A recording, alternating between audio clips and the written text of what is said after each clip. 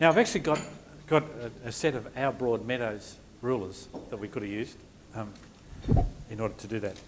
Okay. By the way, what we're talking about is a lesson template at the moment, and that's, so far it's a lesson. We haven't quite finished the lesson, although we're quite a long way along. Has anyone got a suggestion about, let's say you were doing this lesson, what would you do now? We haven't quite done the last part, but we've actually done the first 3/4 of this lesson. What might you do now before we start working towards the finish? Has anyone got a suggestion? Discuss ways of finding out where the truth is. Okay, well we could certainly, people are now interested in the answer. So we could work out ways to do that, yes, and that would sort of be what I'd do at the end. Something else, what else might you do? Equivalent fractions. We'd do some exercise on equivalent fractions, because there's actually a whole bunch of quite important mathematics stuff has come up in your answers. You know, there's actually getting, you know, a fifth of a half, and there's, you know, equivalent fractions, that y is 2/5 of 55, 22. You know, there's a bunch of issues that have come up so far in there. What else might you do? Might also get it to write just which method they thought was best and which one they thought. Yeah, we could get the right which method they thought. They could actually write a report of the whole thing, which would actually be valuable for them to do that. What else might we do? Can I talk to you about the template that we have? Oops, hang on. Okay, sorry, I've got another one.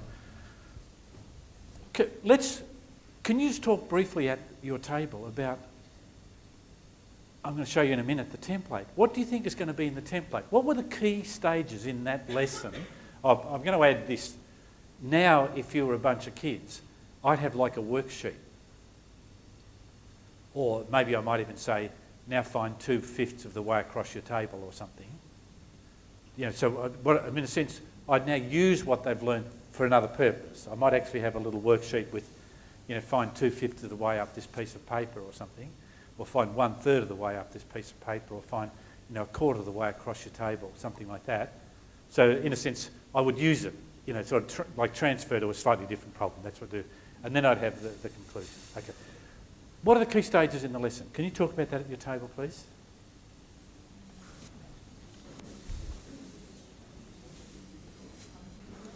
Would anyone like to suggest what was the first thing that happened in the lesson, in that lesson?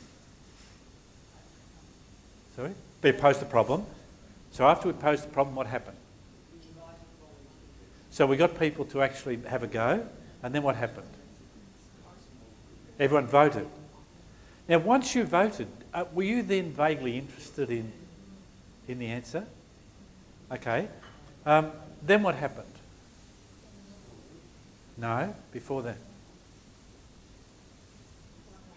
Yeah, so you discussed the ways of doing it. So discussed strategies, and then we had a sharing of the strategies.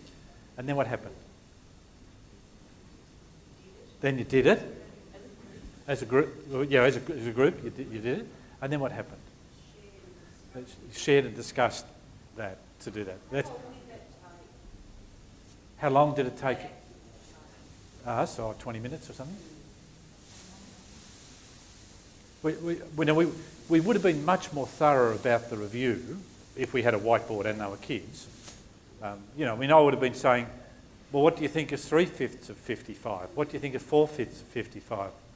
I wonder if it works for something else, you know, to do that. You know, what do you think is 3/6 of 66? You know, to talk about that sort of thing. So we would have done that along the way, because we're sort of trying in this case to really sort of contextualise their learning. But it's actually called, oddly enough, imagined representations. You know, we're trying to get the kids to think about this stuff without actually having, like, had I said, here's a tape measure, work it out, that would have been a whole different lesson to do that. So that's it. I'm going to come back to the template. But I've got another question I want to ask you. Can everyone write down the answer to this question, please?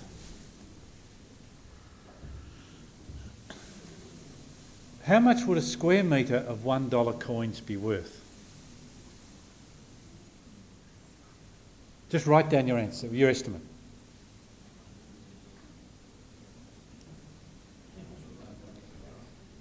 Don't sort of think about it, just guess. Okay, so everyone should have something written down now. So write down somewhere what your estimate is. Okay, can you now talk at your table about how you're going to work out the answer to that question? And because you're such a bright group, I want you to actually work out two answers. One where the dollar coins are just touching on the end and they're, if you like, in an array. And another answer where they're actually filling up the gaps, where they're slightly offset. Do you know what I mean? I haven't.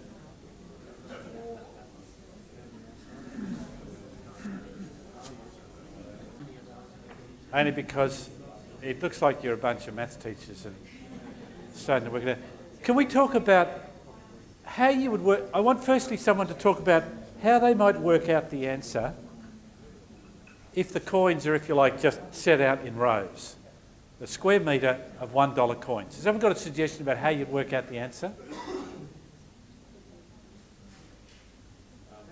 I said the coin's roughly 2 centimetres, so you get 50 by 50. Okay, so we could do that, but we might say, well, okay, can you be more accurate at that? Would you actually get 50 in the metre, or so you could maybe think about checking that.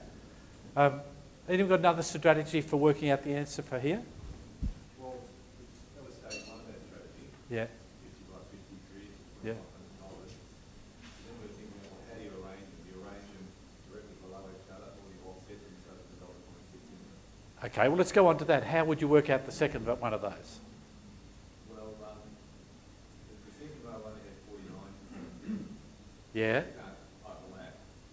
So we lose, for every second row we lose $1. So Yeah. we lost $25. Oh, don't answer the question. But so you've got a method for doing that, though. Yeah. Okay. If we push our rows up, then we might get an extra row, but it's 2 rows. Well, I'm going to be interested in how you could work that out. Can you work that out exactly how much extra you would get?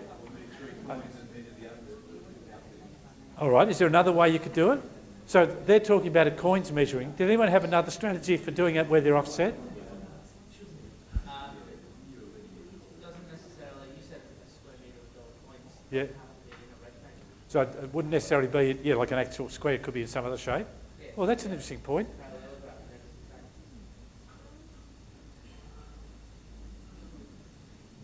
and everything. Okay. Can you work out? That's an interesting suggestion, actually. No one's ever done that before. You must have a creative mind. Can you think about that and work out what the answer to that would be? The optimal parallelogram. Exact same as a rectangle. You just offset all the coins by 1. Parallelogram. No, I don't think it is. It's base times height. So what would be the height? Because you've got to. Oh, okay, yeah, no, I get what you mean. Yeah, I'll work out. Yeah. Okay, so that's actually a really nice suggestion. Who's got another thing about? By the way, we're wanting to get a really exact answer to the dollar. In this case, is the challenge. Have you got any other suggestions or strategies we might use? Yes, have you got? You put your hand up, or I don't.